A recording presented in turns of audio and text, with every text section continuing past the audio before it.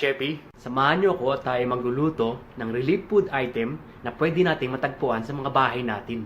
Ito po mga ingredients na gagamitin natin. We have tomato sauce, stir-fried egg cut like spaghetti, then you have mushroom, you have boiled egg, onion, and garlic.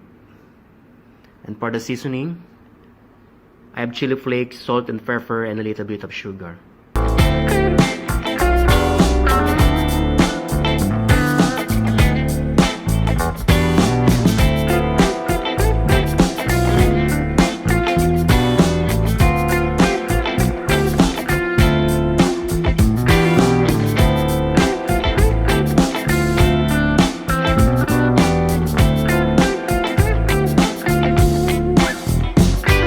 Cooking mga ka-shepi.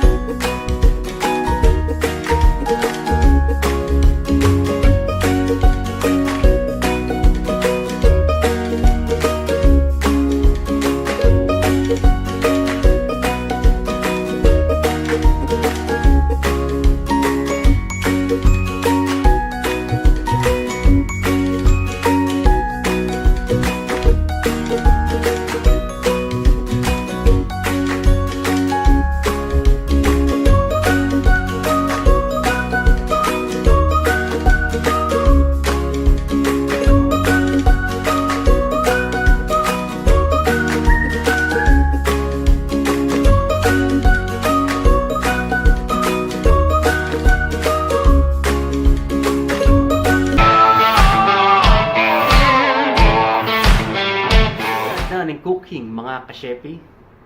Let's do the plating.